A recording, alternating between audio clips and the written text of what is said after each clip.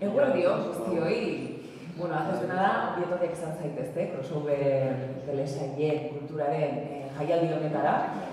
Es un auténtico placer, como bien sabréis, este festival de cultura de cines lo organiza el Departamento de Cultura de la Diputación Foral de Guipúzcoa en colaboración con Culture Factory. Para mí es un gustazo hoy con el solazo además que tenemos, es decir, la climatología vasca nos acompaña, a la climatología vasca le gusta la moda y le gustan las series, esto es muy importante. Estamos aquí a sol y sombra, es un nombre de una bebida alcohólica, pero no, le estamos dando al vermut, ¿vale? Yo también, así que voy a pedir a todo el público, por favor, que subamos esas copas y brindemos por este híbrido fantástico que haremos hoy aquí. Dicho esto, vamos a por ello. ¿Qué vamos a explorar? Pues la profunda influencia entre la moda y las series de televisión, que lo que hacen además es que diseñadores, escenarios, se conviertan en algo mucho más mágico y mucho más lleno de significado. Hay una resignificación cuando la moda está presente y para ello, ¿quién me acompaña? Como no podía ser de otra manera, tengo a mi derecha a Laura Chamorro, directora del San Sebastián Moda Festival en Guipúzcoa, de moda desde su creación en 2012, asesora, coordinadora e impulsora del proyecto de moda, docente en la Universidad del País Vasco, Euskal Herriko Unibertsitatea, impartiendo talleres de periodismo de moda. También periodista y presentadora del Diario Vasco y eventos desde 2008. Kaixo. Kaixo. Zer moduz. Vamos, todo. Un placer estar aquí contigo, bueno, con Jokin y con todos vosotros. Un gusto tenerte, Laura. Tenías que estar, por supuesto. Jokin Ayerregaray, Escuizara, periodista, estilista y vestuarista. Trabajó como periodista en los servicios informativos de Euskadi Irratia. Compagina su labor como comunicador con la de estilista freelance, trabajando con diseñadores para sus desfiles, shootings, así como vistiendo artistas de diferente índole para eventos. Además, puntualmente también diseñas vestuario para obras de teatro y trabajas en el departamento de vestuario en producciones audiovisuales. Kaixo Jokin? Eguno. Nola etzinetan zuen bideoak hemen egotean. Bien, comencemos. Como sabéis, vamos a hablar de las series y la moda. Bien, las series y moda, ¿es un crossover inevitable? Jokin, que debo respirar profundo. Inevitable sí, exitoso siempre no. Titular, empezamos bien. Y creo que tiene que ver con muchas cosas. Tiene que ver con la sensibilidad de quien dirige la producción, tiene que ver con el presupuesto y tiene que ver un poco con el lugar que se le da al vestuario, a la moda dentro de la historia. Entonces creo que esos tres factores hacen un poco que ese crossover pueda ser exitoso o no. Inevitable va a ser siempre, porque en el mundo del cine, de las series, necesitamos de la ropa para construir personajes. Entonces, inevitable lo es, pero hay que ver siempre cómo lo construimos para que sea un éxito o sea realmente eso que buscamos. Bueno, yo estoy absolutamente de acuerdo con Jokin. Sumaría un factor que es el trabajo de personas como Jokin, ¿no? Los estilistas. No siempre se eligen correctamente los estilistas de las series. El presupuesto es importante, pero como solemos subrayar muchas veces, también es importante el perfil y el gusto de esos profesionales que se subcontratan para cada uno de los proyectos. Y de hecho, cuando vayamos repasando, ¿no?, los diferentes proyectos que nos han acompañado en los últimos años y que han viralizado y que se han convertido, bueno, pues en proyectos muy seguidos por el gran público, veremos cómo en muchos casos se ha acertado y otras veces no se ha acertado tanto. Y como en muchas ocasiones, a pesar de trabajar con un presupuesto limitado, pues se han desarrollado grandes trabajos. Entonces estoy absolutamente de acuerdo con Jokin. A veces sí, a veces no.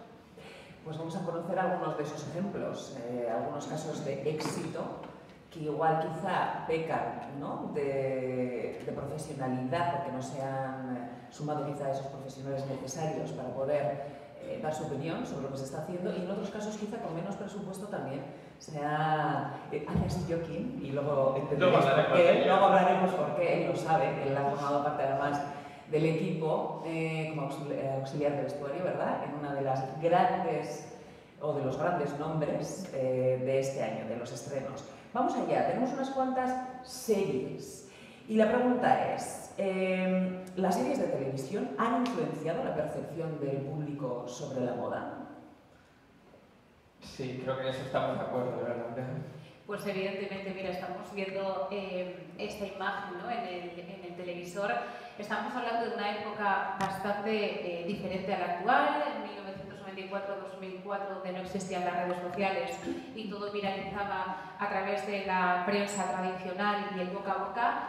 ¿Quién no quiso llevar alguna vez la melena, ¿no?, que lucía Jennifer Aniston en Friends? Pues fue una de las melenas más solicitadas. ¿Quién no quiso lucir parte del vestuario que seleccionaba, ¿no?, los del equipo de vestuario para ese equipo, ¿no?, de Friends? Estamos hablando de una serie que marcó una época en todos los sentidos, a nivel de lenguaje, a nivel estético, a nivel de proyección de estilismo, de vestuario, y estamos viendo, bueno, pues a una de las grandes protagonistas. Era mucho más complicado viralizar en aquel entonces que hoy en día. Yo creo que Joaquín está de acuerdo con eso. Sí, y creo que entonces se hacía de una manera, digamos, sin querer, no como hoy en día, que muchas veces hay un propósito detrás. Y esta serie para mí fue en ese sentido un punto de inflexión, ¿no? Como desde lo que proyectamos en una pantalla, pues marcar una generación entera y a posterior, convirtiendo una serie icónica, puede servir en nuevas generaciones que son muy distantes al estreno, porque hoy en día la generación Z, la generación alfa con el reestreno, por ejemplo, en Netflix, han vuelto a incorporar en su día a día tendencias como Rachel usaba mucho una camiseta debajo de un vestido de tirantes. A poco ahora nos parece muy moderno, pero estamos hablando de que en 1994 ya se hacía.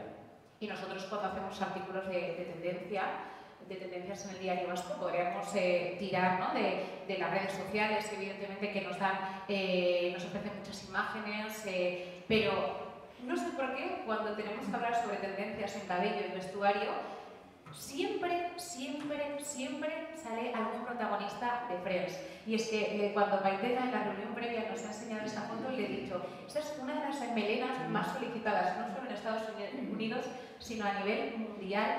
Y hoy en día, que sea ahora en el 2024, que se vuelven a llevar esas melenas, volvemos a rescatar esas imágenes de Friends. Por lo tanto, estamos hablando de una serie y una estética que ha marcado un antes y un después. Algo tan simple como una melena lisa, cuidado, Pero, bueno, ya sabéis que hay incluso una neurona que se llama la neurona de Jennifer Aniston, que solo se activa cuando ves una foto de Jennifer Aniston. A ese nivel llegamos incluso, ¿no? Y probablemente la moda y los cortes de pelo, el estilismo que utilizaban, tiene mucho que ver con ese entrenamiento neuronal, digo yo. Bueno, es que todo el mundo pensaba que se levantaba así de la cama. Es que Jennifer López vivía con su peluquero, que las malas lenguas siempre han comentado que le pagaba $120.000 al mes, que ella evidentemente no tenía esa melena, pero todo el mundo pensamos que, claro, lo más normal del mundo era levantarse de la cama, tener esa melena perfecta y esas mechas, ¿no? Pero es verdad que es icono de estilo y que de hecho ella no ha cambiado esa estética, un poquito más larga, más corta, sí, pero sigue igual.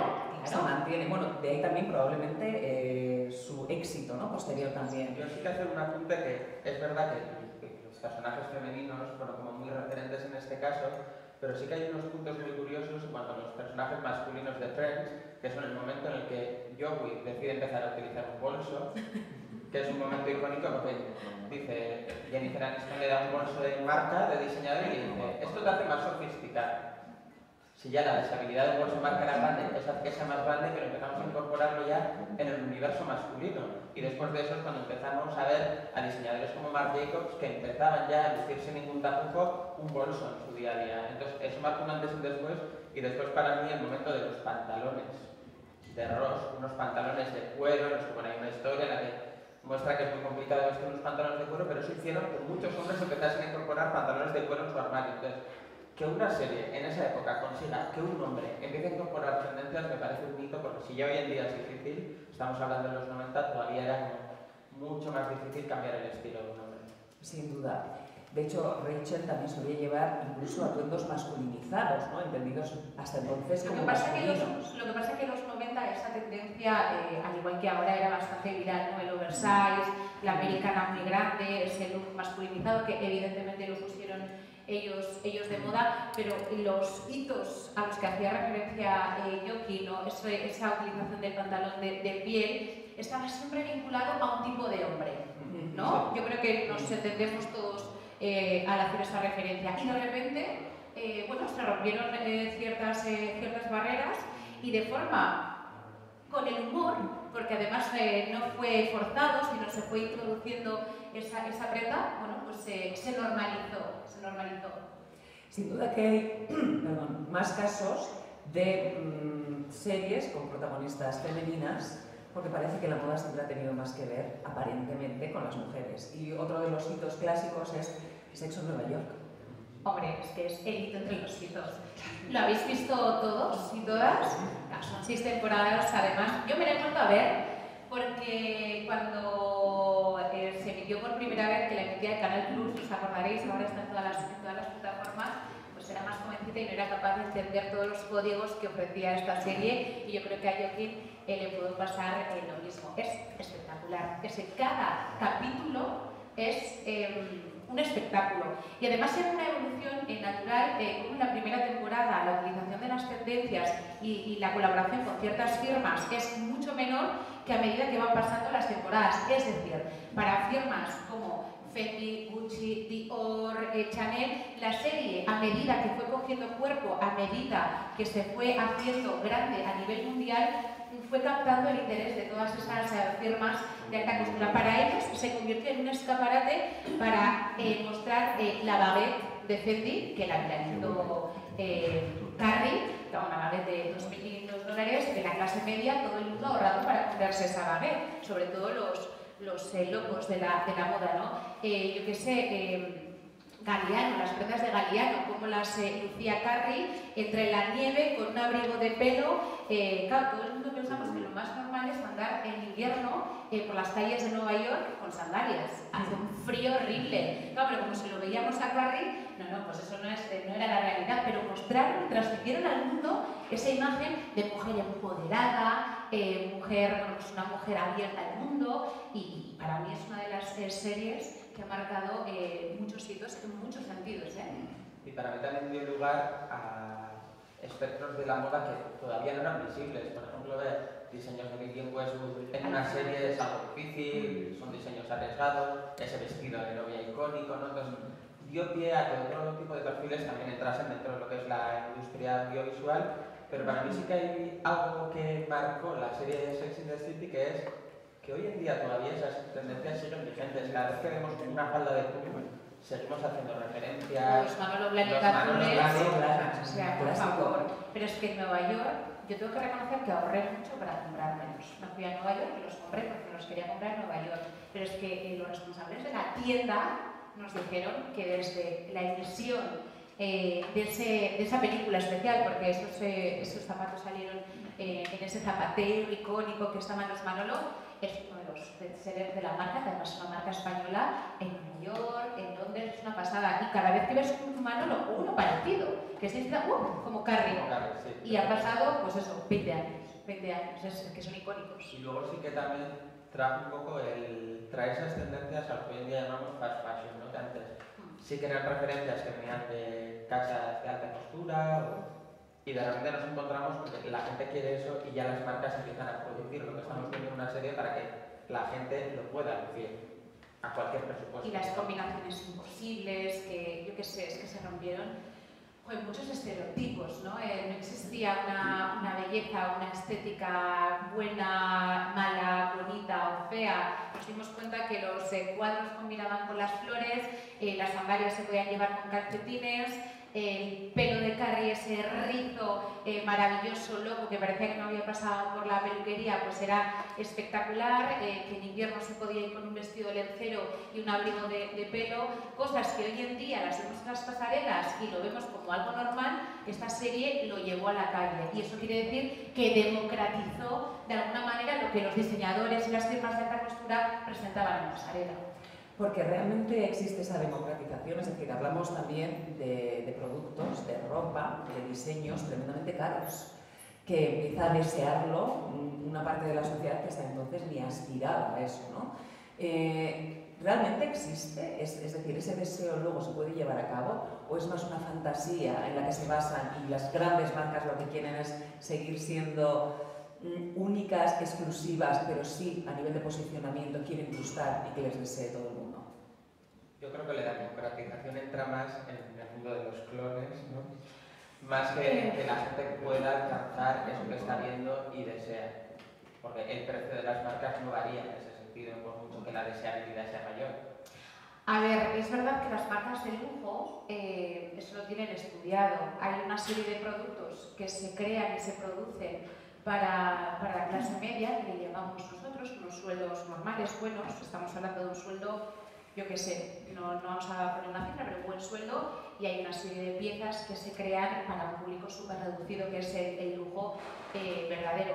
En esta serie sí se mostraban piezas súper icónicas y evidentemente que no eran accesibles la gran mayoría para el gran público, pero sí que de vez en cuando las marcas de lujo, porque eso lo tienen medido, iban lanzando piezas que sabían que se iban a vender. Yo que sé, aquí todavía el Neverfull de Vuitton no se había creado, pero el Fendi, la baguette, que hoy en día tiene un precio más elevado, en aquel entonces no llegaba a los $2000, es decir, pues una chica de clase media que estuviese ahorrando a los 6 meses igual se lo podía comprar. Los zapatos de Manolo Blahnik, que bueno, en aquel entonces pues podían costar $400, $500, hoy están por encima de los 1000, pero pues ahorrando pues podías comprarte ese zapato un poquito más democrático. Entonces las marcas de lujo, cuando trabajan los productos que muestran en las series, hay dos líneas: el super mega lujo y luego esa pieza que la vas introduciendo y haces que sea objeto de deseo y que la gente normal, la clase media, el 95%, o diga, ay, pues los amantes de la moda, cuidado, ay, pues si ahorro, igual me lo puedo comprar, y vamos a intentar no comprar 5 bolsos al año, comprar uno cada 2 años, sino que sea para toda la vida. Y luego están también los maquillajes, ¿no? Como hace Dior, que siempre te puedes comprar un pintalabios y, hombre, igual no llegas a ese bolso, pero eso te llevas de Dior encima. Claro, es que la facturación, el 80%, que sepáis que las marcas de lujo viven de vender pintalabios y colonias, ¿eh? El 80% de la facturación es de eso, el otro venden ropa y bolsos, pero vamos, que viven de eso. O sea, que si sale el perfume echa el número 5, todos a comprarlo y ahí es donde se factura. Claro. Hablemos de Desperate Housewives, de mujeres desesperadas. Este fue otro hito, de alguna manera, ¿no? Estábamos hablando de un barrio obviamente de alto standing, donde además aquí introducimos también personas procedentes de otros lugares. Estamos hablando que no solo son mujeres blancas en el Manhattan, sino que vamos un poquito más allá. ¿Qué sucede aquí? Para mí eso fue una manera de empezar a ver algo diferente, ¿no? O sea, siempre era una hegemonía muy blanca, de X, digamos, poder adquisitivo para arriba, y en este caso empezamos a ver otro tipo de estilos, un punto más exuberante. Entonces, eso creo que la gente se sintiese más reflejada en cuanto a los estilos, porque había no esa homogeneidad que se daba hasta entonces, sino no sé cómo... Eran cosas reales, ¿no? Del día a día. Bueno, también iban de vez en cuando en chándal. Bueno, esos chándals que eran maravillosos, claro está. Claro, un chándal de chándal con tacones, pues evidentemente... No, pero lo que hizo Joaquin es verdad. Sobre todo la anterior, Sexo en Nueva York, era una pasarela andante. Es decir, en el día a día nadie se levanta a las 7 de la mañana y va a comprar el periódico o, yo qué sé, a llevar al niño al cole así vestido. O sea, esa no es la realidad. Pero aquí es verdad que las mujeres y los hombres se podían ver reflejados en esa estética. Y es verdad lo que dice Joaquin. Aquí empieza a introducirse esa mujer más exuberante, con la figura mucho más marcada. Huimos del oversize de los 90 y de la superposición de capas, donde se llevaba muchísimo esa mujer ultra delgada, ¿no? Estamos hablando de la época de Kate Moss y compañía. Eso trasladarlo a las series, era tal cual. Y aquí empezamos a ver esa mujerona espectacular, con curvas, y las mujeres y los hombres empezaron a identificar con ellas. Es verdad que es un poco el sueño americano, porque evidentemente, igual aquí hay entre el público gente que vive en mansiones así, pero no es la realidad tampoco, pero bueno, eso es lo que se transmitía a través de las series. Sin duda. Tenemos ahora Gossip Girl. Mira cómo sonríe por ahí. ¿Quién no ha visto Gossip Girl? ¿Esos que nos gusta? Ah, sí, mira hacia abajo. Pero si es más de Blair o de... Sí, es de Blair. Claro, es que en este caso la mala... Aquí un par de estilos, ¿no? Claro, que competía. Había competición, sí, claro. Y podía ser de la buena o de la mala. Claro, porque es que la mala malísima tenía mucho estilo también. Eso es. Y aquí empezamos a ver también cómo se introducían looks de diseñadores de firmas libanesas como Elisab, es decir, empezaban a complementar a las grandes marcas francesas, italianas. Es verdad que los lookazos, bueno, los estilistas aquí, Joaquín, se lucieron. Vale, es un lujo de serie en ese sentido, pero creo que también es un lujo ver cómo utilizan esos grandes diseños para perfilar a esos personajes. Brutal. Porque la mala es mala, pero con su vestuario, o sea, acentúan eso todavía más. ¿Y cómo se acentuaba? ¿Qué tipo de ropaje, qué tipo de vestuario? Bueno, tenía un toque naif, ¿eh? Cuéntalo tú, como estilista. Para mí ahí entra un poco la dicotomía de los colores que se utilizaban, que potencian mucho su personalidad, pero luego sí tenía ese punto, incluso que ahora lo puedes llevar al buquet, o un poco más, digamos, dulce, pero tú cuando ves esa estética dices, aquí detrás hay alguien con carácter. Y eso es algo que se hace en las series y muchas veces pasa desapercibido, ¿no? Que, vale, estamos viendo moda, nos puede gustar más el look o el estilismo que lleva esa persona, pero muchas veces está unido a un guión, esta persona tiene que representar esto. Y si yo de repente empiezo a ver a alguien que me la venden como un poco dulce, pero veo que tiene carácter y de repente sus acciones por detrás lo refuerzan, eso me da una credibilidad. Entonces, es verdad que nosotros lo que hacemos mediante la ropa es también soportar todo ese trabajo de guión que hay, que dices, vale, esto es lo que tengo que vender, ¿cómo voy a conseguir que esto sea real? Y en una serie de época es muy evidente, ¿no? Porque si tú haces una serie con Juana de Arco y la vistes con una chaqueta de cuero, pues obviamente esa realidad se pierde, pero en una serie que está basada en la actualidad es algo que hay que hilar muy fino, y para mí conseguir en eso fue un acierto total. Es que estamos viendo las imágenes, las 4 protagonistas, a ver, había 2 grandes protagonistas, evidentemente cada una tenía su estilo. Yo creo que Gossip Girl y Sexo en Nueva York a nivel moda son las 2 grandes series americanas, el resto creo que se han inspirado, por no decir copiado a estas series. Y es verdad que en esta serie hay otro componente, como siguiendo un poco lo que decía Joaquín, se incorporan las marcas americanas, es decir, los americanos históricamente siempre han estado enamorados de las marcas europeas, de las francesas e italianas, pero sobre todo las francesas. Quitando Halston, que bueno, pues luego hablaremos sobre él, que era un grande, es verdad que ellos siempre han estado mirando hacia Europa, y es verdad que en esta serie, bueno, pues empiezan a aparecer Michael Kors y compañía que se visibilizan y nos llevan al mundo, y de hecho se empieza a viralizar ese bolso que casi todas o todos alguna vez hemos visto, hemos tenido o hemos comprado. A mí me parece una gran serie, no me parece que el impacto estilístico, no sé si yo estará tan de acuerdo conmigo, fuese tan grande como la de Sexo en Nueva York. Creo que son diferentes niveles, pero evidentemente son 6 temporadas de serie, y luego además me gusta mucho cómo durante esas 6 temporadas la evolución estilística es brutal, cómo se adaptan a las nuevas campañas, cómo se va viendo esa madurez de los personajes. Nada tiene que ver la primera temporada a la sexta, cómo van madurando, empiezan con ese toque aniñado y terminan siendo mujeres u hombres ya hechos y derechos, por llamarles de alguna manera, porque eran hijos americanos. Y luego también, bueno, pues cómo visibilizan esas escaleras del Met, que hoy en día estamos como súper acostumbrados, ¿no?, a ver cada año la gala del Met, cómo suben estos vestidazos, y para nosotros era de lo más normal ver a todos esos personajes tirados en esas escaleras tomándose un refresco. Sin duda. Además, es muy curioso. Yo también opino que Sexo en Nueva York tuvo un impacto quizá mucho mayor, pero porque fueron pioneras. Sí, marcaron un hito. Marcaron un hito. Yo no sé hasta qué punto podemos hablar de publicidad en este caso, por ejemplo, ¿no? Cuando unas marcas utilizan esta plataforma televisiva y lo que están haciendo es publicitarse, pero nadie habla en términos de publicidad, ¿me equivoco? No, porque si tú colocas una cerveza, ya nos llama ese concepto de product placement, pero cuando es algo que es totalmente necesario en una serie y pasa más desapercibido. Entonces, ¿hay publicidad? Sí. ¿Hay detrás de esto acuerdos entre la producción y las marcas? Evidentemente. Pero es algo que a veces nos pasa desapercibido, porque normalmente no estamos viendo una marca como en otro tipo de publicidad. Estamos viendo un diseño que nos va a evocar por estilo, por concepto, a una marca en concreto, pero nuestro ojo no la asimila como un anuncio directamente. Para mí las series hoy en día, o sea, estoy viendo las series y estoy analizando el uso, la prenda, la chaqueta, la piel, ese chaquetón de Hermès, pues estamos viendo el impacto que tienen And Just Like That, que es como el revival, ¿no?, de Sexo en Nueva York ahora mismo.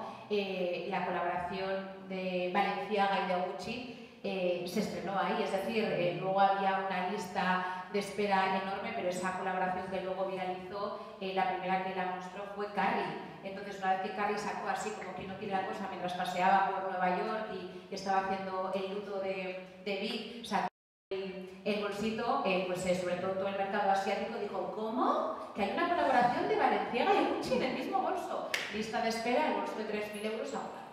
Entonces, evidentemente es una publicidad encubierta, pero claro, es que a las marcas les interesa, es que la cantidad de prendas, él está en vestuario, que se cede para estas series, que por cierto se utiliza que el 10%. Menos, te diría yo. O sea, el 10%, pero que están interesados es enorme, es que eso es una pasarela andante y el impacto que tienen hoy en día las series es enorme, enorme. Hablemos de Scandal. Scandal, una mujer negra con mucho poderío, donde cada vez que sale vestida sale impecable, además de llevar un Rioja en la mano. Es una cosa, yo digo yo quiero ser ella. Esto es muy importante porque al fin y al cabo el poder que emanas cuando vas vestida de determinada manera ya refleja lo que habéis dicho, ¿no?, la construcción del personaje también a través del vestuario. ¿Qué opináis de Scandal? Para mí en el vestuario sí que hay algo que es interesante, ¿no?, la construcción de ese personaje, que siendo una persona racializada, no se ha utilizado tanto ese estereotipo, algo que sí se suele hacer, como el caso de Mujeres Desesperadas, y creo que eso todavía le da otro poder al vestuario, ¿no? Es decir, vale, vamos a huir de lo que es habitual y vamos a jugar con lo que realmente necesita este personaje para ser una mujer empoderada y que cuando salga en escena, o sea, esté pisando fuerte todo el momento. Entonces, en ese sentido, hay una construcción que creo que además, o sea, tiene una evolución durante la serie. Sí. Estamos hablando, para mí es súper importante, Maitena, ver la cronología. Estamos ya en el 2012-2018. Aquí es la generación millennial la que toma un poquito el poder, hay mucha más presencia de redes sociales. Paralelo a Scandal, si no me equivoco, también funciona muy bien la serie Switch, donde empezamos a ver, ¿no?, como decía, la presencia de esas mujeres de color, negras, empoderadas, perfectamente vestidas, evidentemente. Es que hay mucho cambio. En los 90 eran mujeres rubias e ideales, superamericanas y súper delgadas y mega ricas, y estamos viendo cómo la diversidad empieza a introducirse a través del cine y las series. Claro, como quien no quiere la cosa. Entonces, lo que dices tú, o sea, este personaje que además va evolucionando, son muchos años, ella como mujer evoluciona, porque es que las mujeres evolucionamos, el vestuario evoluciona, ella se empodera y está preciosa y traslada otra estética a la calle en la que seguro que muchas mujeres, no solo afroamericanas, sino a nivel mundial, se sintieron identificadas y dijeron, ¡ole! Por fin puedo ver una referente diferente, ¿no? Eso es, y una líder sí. y una mujer, es que estamos hablando, evidentemente es la época ya de Obama, sí. Estamos hablando de que ella se lidia con el presidente de Estados Unidos. Eso es, estamos importante hablando de detalle, que coincide también que la política empiezan a introducirse personajes, ¿no?, diversos, porque en la diversidad está el éxito, pero es espectacular la evolución que sufre esa mujer. Y repito, es que las mujeres de todo el mundo dijeron, somos diferentes, pero nos sentimos identificadas con ella. Y es verdad que los estilismos son mucho más copiables, ¿no?, sí, inspirables que todo lo que hemos visto hasta ahora. Son más diarios, ¿no? Sí, son más diarios. Sí, es la primera vez que yo creo que se consigue que en pantalla veamos a una mujer negra y cualquier mujer se identifique con ella y quiera copiar su estilo. Entonces, para mí eso es un hito muy importante dentro de la creación de personajes desde el vestuario. Lo siguiente creo que ya sería que ella no necesitase alisarse el pelo. Esto también es otro tema, pero espero que lleguemos en futuras series a eso, ¿no? Que pueda ir así vestida y además lleve su afro con naturalidad. Porque el pelo liso tiene su simbología también. Sí. Es muy occidental, amiga, no creo que tú seas así. No creo, ¿eh? Igual sí, y alucino. Sorpresa, espera, tanto como eso no. Bueno, hablemos... Sí, guay. Euforia, no, hablemos de Euforia porque Euforia es la más buscada en internet cuando hablamos de moda y series. Hablarnos de esto. Bueno, cuando hablamos de moda y Zendaya, ¿no? Y Zendaya. Sí, claro, o sea... Podrían titularse Zendaya. Es que Euphoria es Zendaya y Zendaya es Euphoria. Joder, no sé si no me quiero centrar solo en la serie. No sé si estáis viendo las últimas campañas y la presencia de Zendaya en todos los fotocoles. Es que son un desfile. Es que es un desfile. Es una tía espectacular. No es especialmente, aunque pueda parecer lo contrario, lo hemos comentado antes, no es especialmente guapa.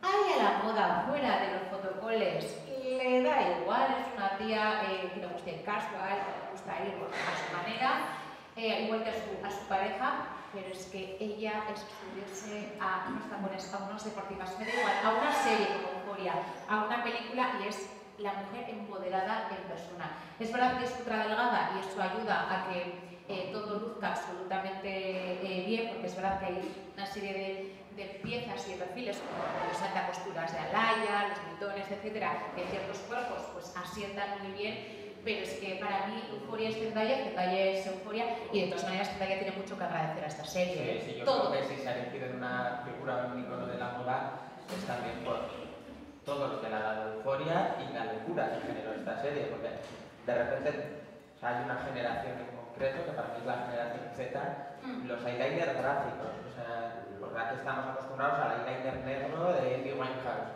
pero de repente esos colores locos en los ojos, empezar a usar pedrería de maquillaje, incluso en el día a día, la manera de vestir más diversa, porque aquí podemos ver gente desde más skater hasta gente que va con transparencias al instituto, entonces eso también dentro de la diversidad, de los perfiles a la hora de vestir, creo que dio a esa generación el push que necesitaba para decir puedo vestir como quiera.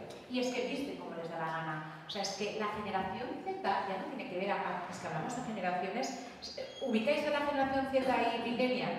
A ver, en los alfa, que les llamamos alfa, son los que nacieron a partir del 2010. Los dejamos aparte. Los que han venido, no están todavía. Todavía no están ya.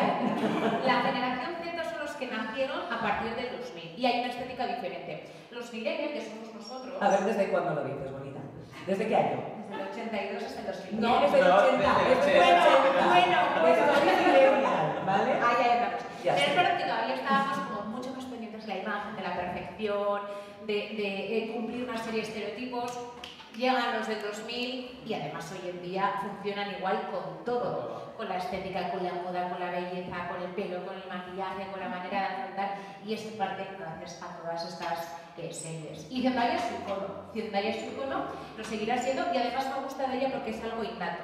Evidentemente todos los productos se fabrican, pero creo que ella tiene un don especial de cualquier cosa que tiene magnetismo, ¿no? Sí, pues que le ves por la calle en Nueva York hecha, perdonadme el adjetivo, un asco, y es que te gusta incluso. Sí. Ir con esos pantalones... Su estilo homeless es que es una estilo homeless. Es que es así, O sea, no ir de botones estilo homeless, depende que no. No, pero o sea, cuando te pones lo primero que te ha caído del armario y tu armario está compuesto por prendas deportivas y cómodas. Es que la ves con el estilo, o sea, yo qué sé, con el pelo graso, con un moñete, la camiseta blanca... Pero el pelo graso ya no es pasable.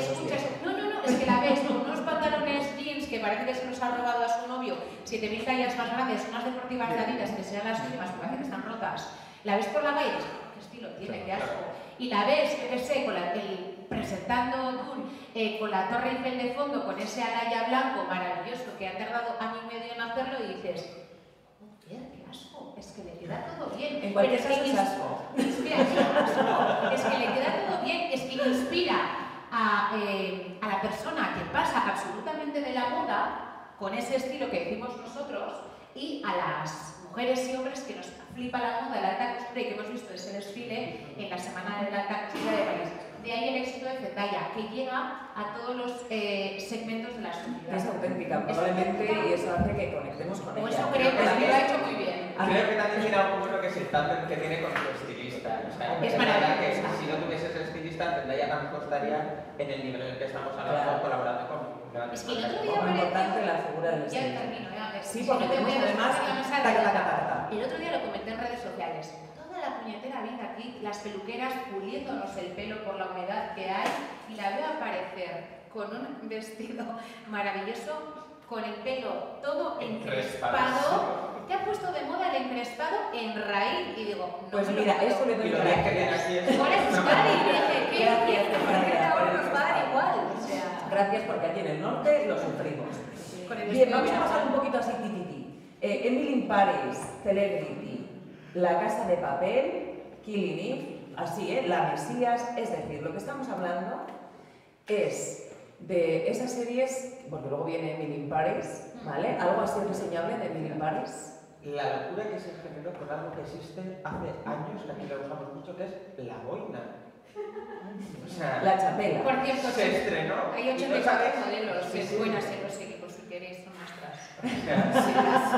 Algo que está en todo el mundo, Google, o sea, buscando en Google boinas francesas, dónde comprarlas, fue una locura. Pues no tendrá esta mujer estilismos locos como para que lo que nos fijemos sea una boina. A ver, a mí me gustó mucho Emily in Paris, pero igual estáis de acuerdo conmigo, tampoco me impactó. O sea, me parece que está bien. Me parece que además robaron la estilista a la de Sexo Nueva York, entonces tuvo que poner en la segunda parte de Sexo Nueva York a su ayudante y en Emily in Paris estaba la titular. Pero no me parece, probablemente porque creo que la actriz, que es buenísima de la muerte, es un poco Audrey, de hecho. Sí, me gusta, ¿no? pero nosotros en moda no os enfadéis conmigo, esto queda grabado, ya lo sé, pero es un poco insípida. Yo también lo creo. ¿Vale? O sea, no tiene esa personalidad a las que hemos hecho referencia anteriormente. Entonces, los estilismos ideales, que digo, joder, es que le estoy viendo en esta foto con un Dolce & Gabbana, un vestido maravilloso, una falda, una combinación ideal, pero dices, sí, bonita, pero ya. Para mí hay personajes secundarios en esta serie que le roban el protagonismo. La jefa, la francesa, es maravillosa. Es que tiene mucho power, efectivamente. Y por eso las marcas como Loewe han tirado no de la protagonista, sino de la secundaria. Pues está muy bien porque tiene otra edad. Y también necesitamos mujeres empoderadas de diferentes edades. La Casa de Papel, no hablaremos en general de su vestuario, no va de eso, ¿vale? No empecéis a llorar. Va de cómo a veces algunos trajes pueden llegar a ser icónicos. Es decir, ellos y ellas beben de V de Vendetta con la máscara, la roban de un sitio y lo que hacen es llevar ese buzo, vamos, al imaginario popular. Sí, y ahora en el imaginario colectivo es imposible ver un mono rojo sin pensar la Casa de Papel. Hombre, ahí los estilistas demasiado trabajo no tuvieron, ¿eh? Bueno, a te ver, diría, yo que conozco a uno que estuvo ahí, te diría que el trabajo era cumplir el raco es que las cosas cuando se utilizan parezcan iguales y como todo no se rueda del tiro, pues que esa continuidad siga, ¿no?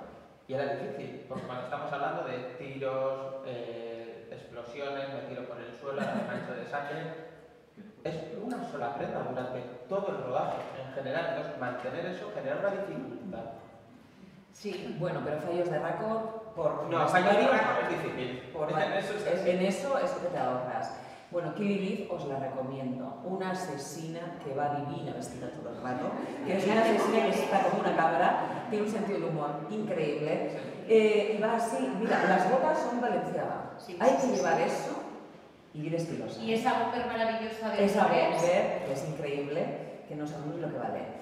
La Mesías, en La Mesías, hablamos de La Mesías porque han aprendido además a coser con alguien de Donosti. Bueno, sí, con Ashley Domínguez. La Mesías es curioso porque es una serie que estamos hablando de la época actual y estamos hablando de una familia que por casuísticas pues, viven de una manera en la que ellas mismas generan su ropa y crean su propia moda. Entonces para eso han tenido que formarse y dentro de esa formación pues, han dado con una persona que en el mundo de la moda es desconocida, Ashley Domínguez. Pero es curioso ver cómo pues, esa falta de referentes, ¿no? Por cómo han sido educadas, les hace necesito crear mi propia ropa y voy a aprender desde cero. Entonces, replicar eso en una serie es muy difícil. Porque estamos hablando de hay que buscar los referentes de estas personas concretas e intentar emular de la misma manera, porque no estamos hablando de es la ropa de una marca, como en otros casos, que es mucho más fácil, tenemos que ir a un vestuario hecho de manera casera. Entonces, eso lo que trae es hacer de la misma manera todo el vestuario. Y el trabajo de producción que tiene eso es muy grande. Creo que es uno de los éxitos en esta serie, bueno, aparte de muchas otras cosas que tiene la historia, es cómo han conseguido replicar desde el espíritu de cómo se genera en esa familia la ropa. Que a su vez tiene que ver con la construcción actoral, ¿no? Porque los actores, actrices dices, cuando nos vestimos somos, pero es que cuando aprendemos a hacer algo que hace el propio personaje, todavía llegamos a otra dimensión. Bien, biopics de grandes nombres de la moda. ¿Qué pensabais? ¿Que no íbamos a llegar a este momento? Por supuesto. ¿Cómo no? Hablemos de Valenciaga. Bueno, Joaquín, has estado trabajando. Claro. Sí. Y tenemos que contar también la anécdota que le hicisteis tan bien que fui incapaz de identificar a un compañero mío. Sí, Valenciaga lo que tiene es que estamos hablando de una producción nacional que es prácticamente comparable a cualquier producción de Hollywood, pero el presupuesto no lo es. Entonces, en ese sentido, lo que hay detrás del vestuario de Valenciaga es mucha mano de obra, mucho trabajo de buscar y hacer, y luego un trabajo exquisito a la hora de seleccionar el vestuario que va a utilizar toda esa gente que acompaña. Porque estamos hablando de una serie que pasa desde finales de 1800, 1896 hasta casi los 70. Entonces, hasta 1972. Eso es. Entonces, hasta el funeral de Chanel. Entonces, en ese recorrido, todo lo que hay que hacer para que la corbata que aparece, el sombrero que aparece, sea el que corresponde, eso sí exigiría un presupuesto muy grande. Y en este caso lo que se ha hecho es, con el presupuesto que había, hacer una producción como si tuviésemos dinero sin límites.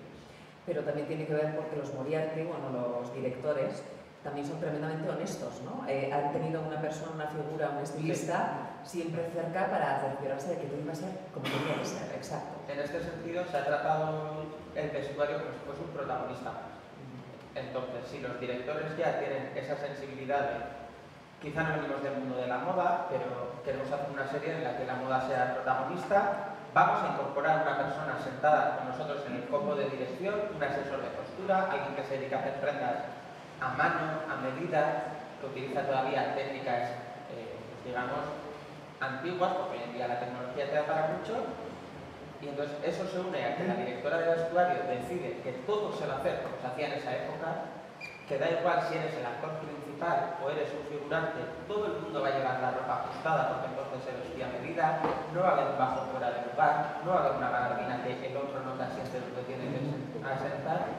Eso hace que el resultado sea este. Que sea un resultado fantástico. Una maravilla. Esto estamos hablando, si puedo felicitar, si lo he dicho antes a Joaquín, porque yo no sabía qué presupuesto había contado la serie a nivel de vestuario, es maravilloso, es que la producción en serie no existía, de hecho es lo que se visibiliza en la serie, ¿no? Cuando se incorpora la producción en serie, como Valenciaga dice, esto no va conmigo, Agur Benur. Es impresionante el trabajo que se hace, evidentemente habrá voces más críticas, menos críticas, pero creo que cuando hemos empezado con esta mesa redonda, una de las cuestiones que yo he planteado es que a veces las valoraciones de las series y de su estilismo hay que hacerlo con el presupuesto que ha contado la serie, y que creo que calidad-precio la serie es increíble y que los grandes rasgos estilísticos de la serie y de Valenciaga están más que conseguidos. Los que tuvimos la suerte de estar en Victoria Eugenia vimos que las réplicas eran fantásticas. Sí, increíbles. Y en contraposición, The New Look. Y no es porque Valenciaga sea de aquí, The New Look no.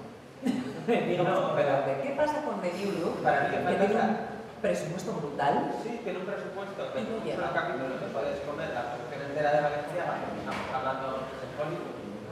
Pero ¿qué pasa? No existe esa sensibilidad hacia las prendas.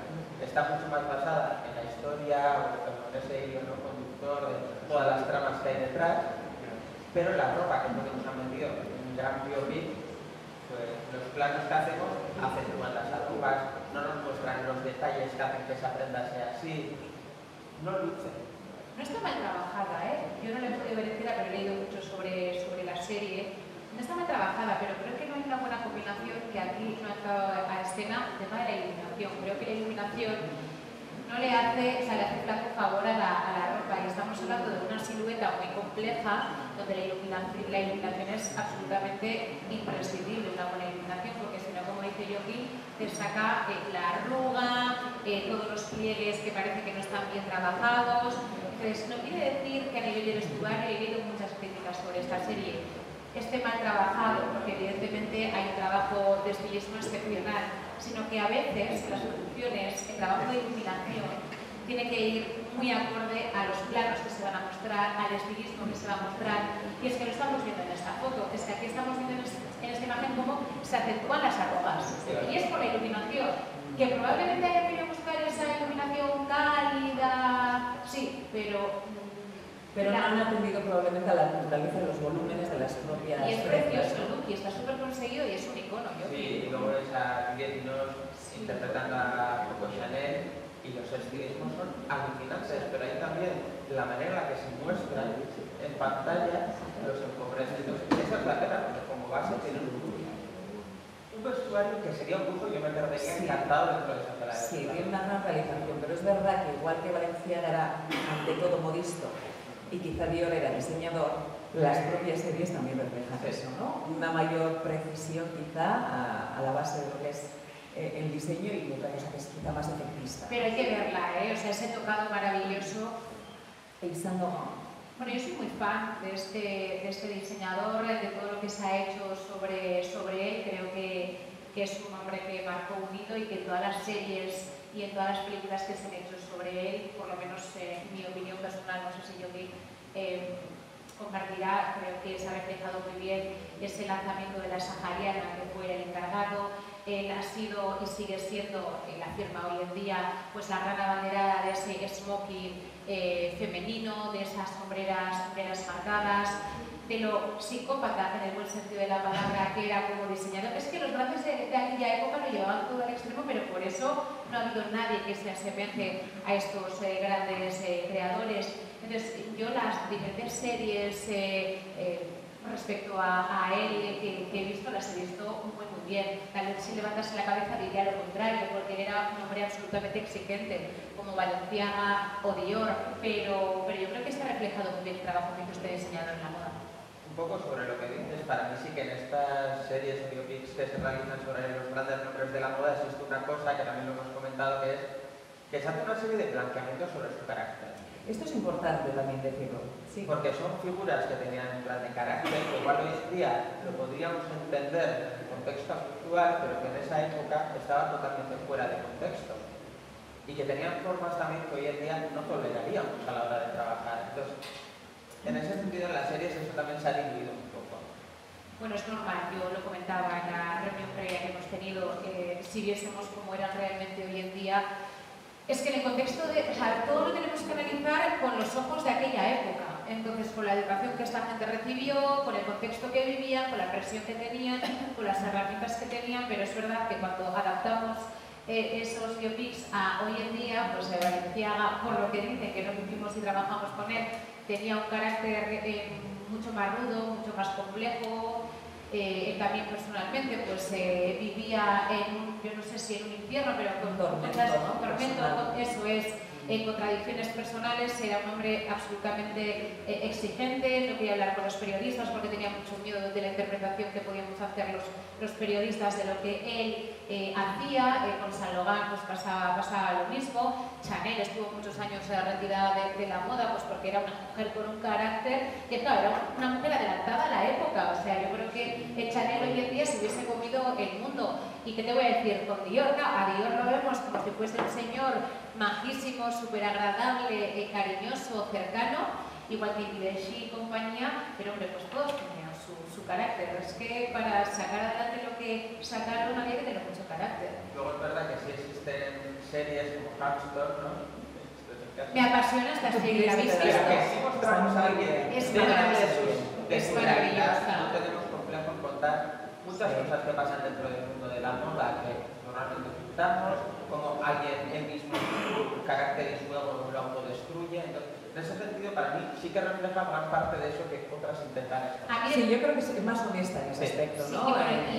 Y está rebajada, ¿eh? Imaginaros cómo tuvo que ser aquello. Bueno, es que también era los 80 en Nueva York, imagínate.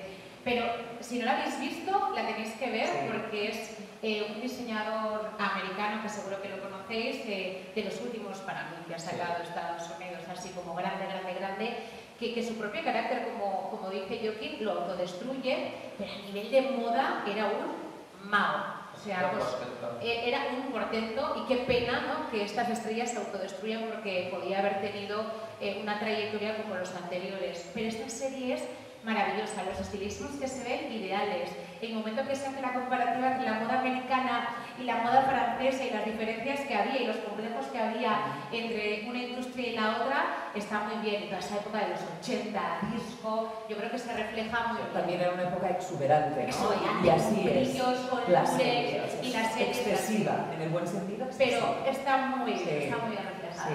Vamos a pasar ahora a hacer una ronda de preguntas, si os apetece, o comentarios, aportaciones. Tenemos además, os vamos a facilitar un micro, es que recasco. ¿Alguien quiere comentar algo sobre lo que estamos diciendo? No seáis así, que lleváis un verbo encima, que el verbo siempre te abre el alma y la boca, ¿no? Bueno, pues mientras tanto, mientras le dais una vueltita, seguimos con la historia a través de la moda. Shogun, ¿la habéis visto?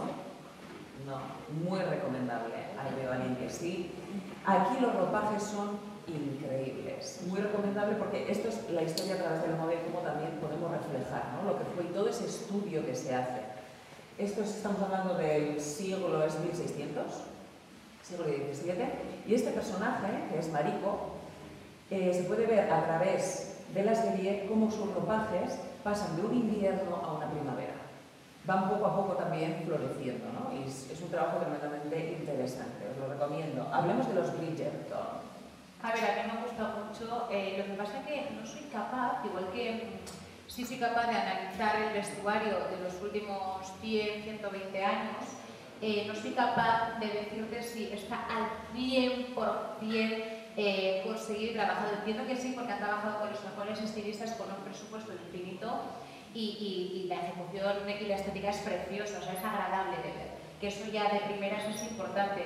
Pero entiendo que hay muchas adaptaciones, porque hay muchos expertos que han sido muy críticos con ciertas adaptaciones que se ha hecho de la época. Se han tomado muchas licencias estilísticas que evidentemente, pues, cuanto más nos alejamos de la época, más licencias nos podemos tomar, porque menos referencias tenemos, por mucho que hayamos estudiado. En este caso yo creo que son más licencias que se han tomado queriendo.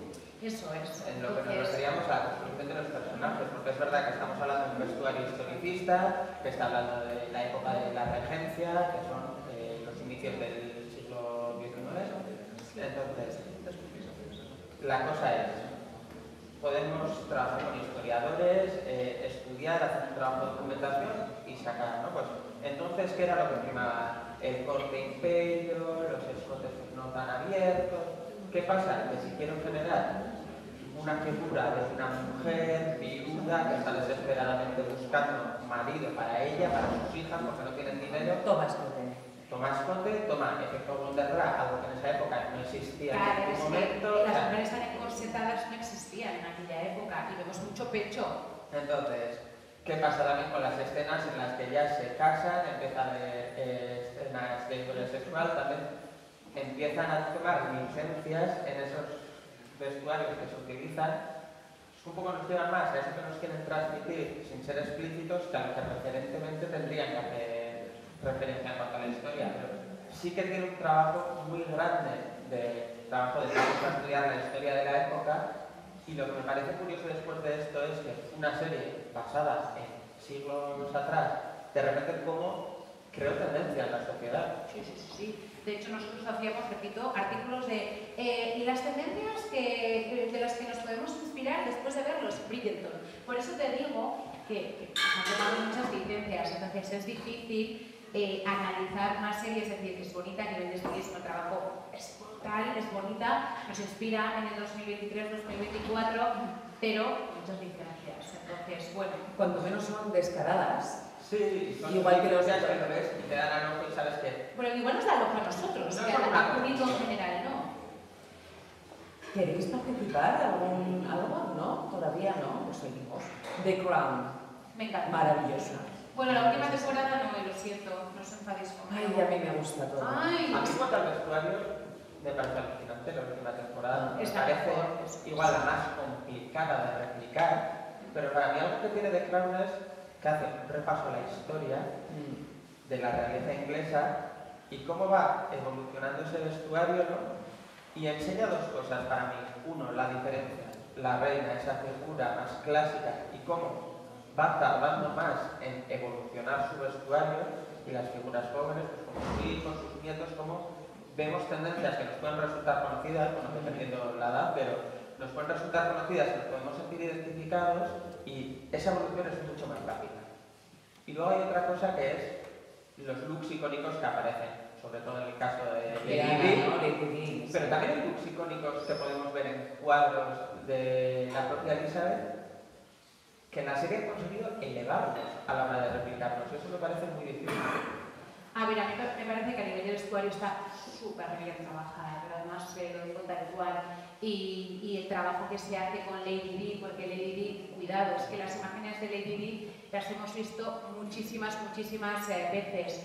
Cómo se muestra la presencia de Lady Dior, ¿no? De Dior, que se creó por y para ella y que se ha convertido en un clásico de la casa francesa, ese vestido con escote bardot negro cuando sale del coche empoderada y vemos cómo eran los segundos previos antes de salir. Estoy de acuerdo también que esos looks icónicos de la reina Isabel II también se visibilizan y se trabajan muy bien. Es que es evidente que hay un presupuesto de vestuario brutal en The Crown y que está muy bien adaptada a cada época. Pero para mí lo más complicado era mostrar los estilismos de Lady Di. ¿Por qué? Porque están súper fotografiados y porque hoy en día siguen muy vigentes. Entonces la diferencia iba a ser abismal en caso de no trabajarse bien. Pero es que los escotes, los pliegues, los curtidos, la largura de los vestidos, el calzado, el peinado, incluso ella, es verdad que la actriz tenía el cuello un poquito más largo que la original, pero es que la composición de ese vestuario era perfecto, porque es el más contemporáneo de las 6 temporadas, el más presente. Ella se murió en el 97, pero es que está súper presente. De Lady Di, que hay gente que va a las modistas y sigue pidiendo, quiero este vestido, y se ha mostrado y trabajado muy bien en la serie. Y que esos detalles se han cuidado en cualquier nivel de los personajes. Por ejemplo, en el caso de la reina madre, hay un momento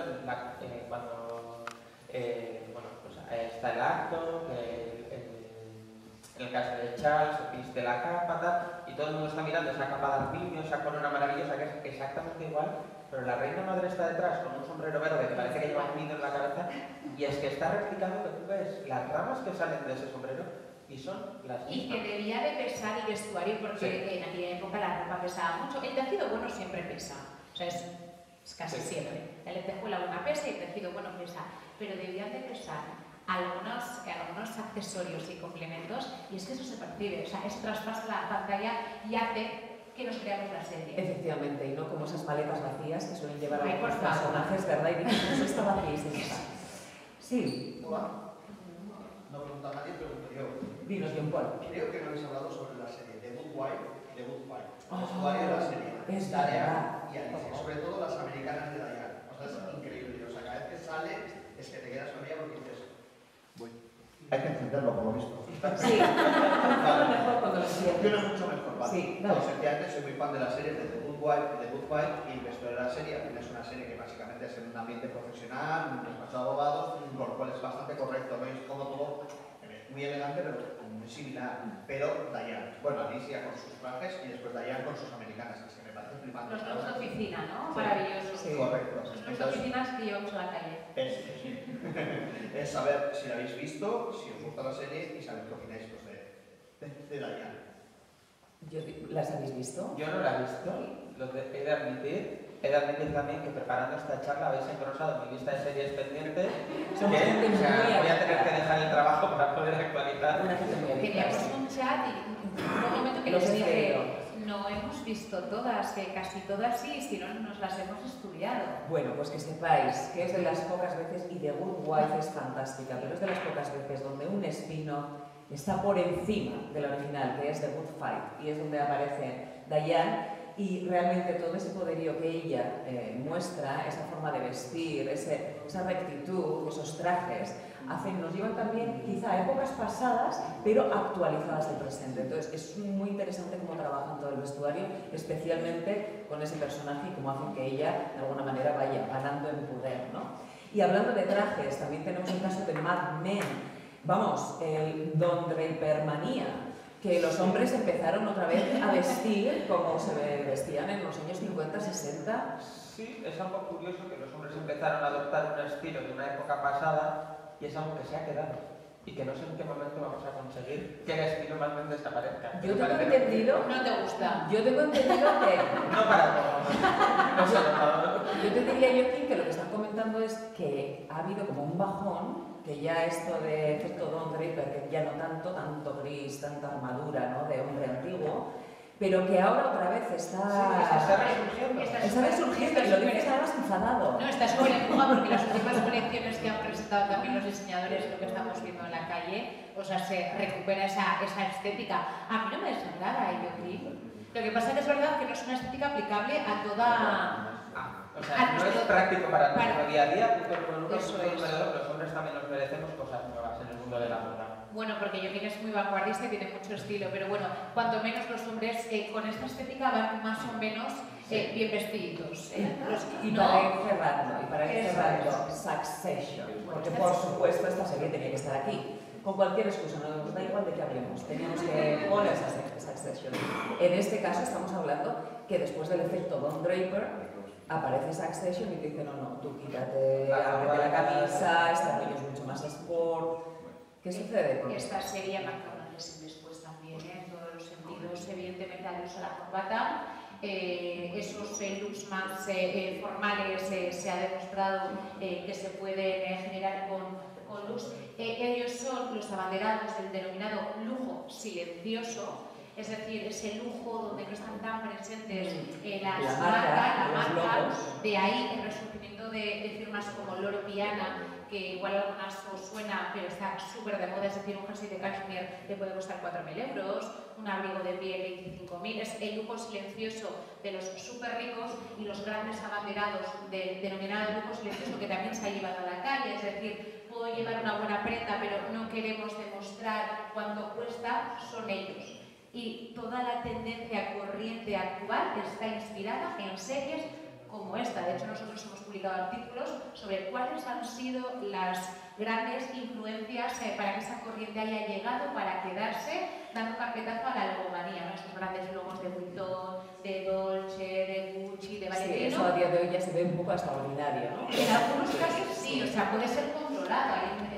Clásicos atemporales no, pero en cosas muy temporales sí. Y la serie icónica de esa corriente es esta, sin duda alguna. Es icónica para todo, vedla.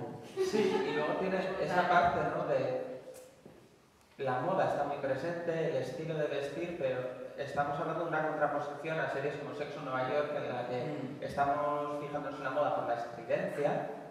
En este caso es la sobriedad en exceso. Y cómo nos podemos sentir mucho más identificados. Entonces, es otra visión totalmente diferente. Blancos, grises, azules marinos, bueno, lo estamos viendo cuadros. Es un estilo muy guipuzcoano, sí, ¿cierto? Sí, la verdad. Guipuzcoano y vizcaíno también. Bueno, porque en Vizcaya con los chalecos puffer. Sí, pero en Vizcaya se siguen poniendo la corbata. A mí me pasa con algunos jefes que cuando cruzan Eibar se pone la corbata y cuando se vienen a Donosti se quitan la corbata. Tal cual os lo cuento, para reuniones, mismas reuniones en Bilbao, en Donosti, la estética masculina es diferente, es más relajada aquí. Pero es verdad que es una estética muy guipuzcoana, mucho más apagada y real. De color, estamos de moda. cortes, Hombre, estamos de moda. hombre. Y para terminar, las palabras de Cristóbal Valencia, que decía: un buen modisto debe ser arquitecto para la forma, pintor para el color, músico para la armonía y filósofo para la medida. En cierta manera estamos hablando también de cómo se hacen las series, con música, con arquitectura, con forma. Al fin y al cabo, entonces, podemos llegar a la conclusión de que la moda y las series tienen muchísimo más en común, ¿no?, desde la base, que lo que creíamos. Sí. En una frase. Es que tenemos que cerrarlo. Estaríamos todo el día. Qué difícil, porque se nota. Pero para mí, sí, la moda es una parte esencial de cualquier producción audiovisual, en lo que hay que hacer hincapié a la hora de la producción, no es solo qué guapo va a salir el actor, sino qué quiero contar y que eso, desde la base de la creación del personaje, siempre se trabaje, algo que a veces se nos olvida. Laura. Yo sería mucho más global, un poco filosófica, porque bueno, yo creo que Valenciano en esa frase lo dice todo. Yo siempre digo que sin moda no hay vida, sin vida no hay moda. La moda es una expresión cultural, las series son una expresión cultural, muestran el contexto de cada época, además es el mejor archivo de nuestra historia y lo hemos visto en la última hora y me quedo con eso, ¿no? Que sin moda no hay vida y sin vida no hay moda. Fantástico, pues solo nos queda un fuerte aplauso para estas dos.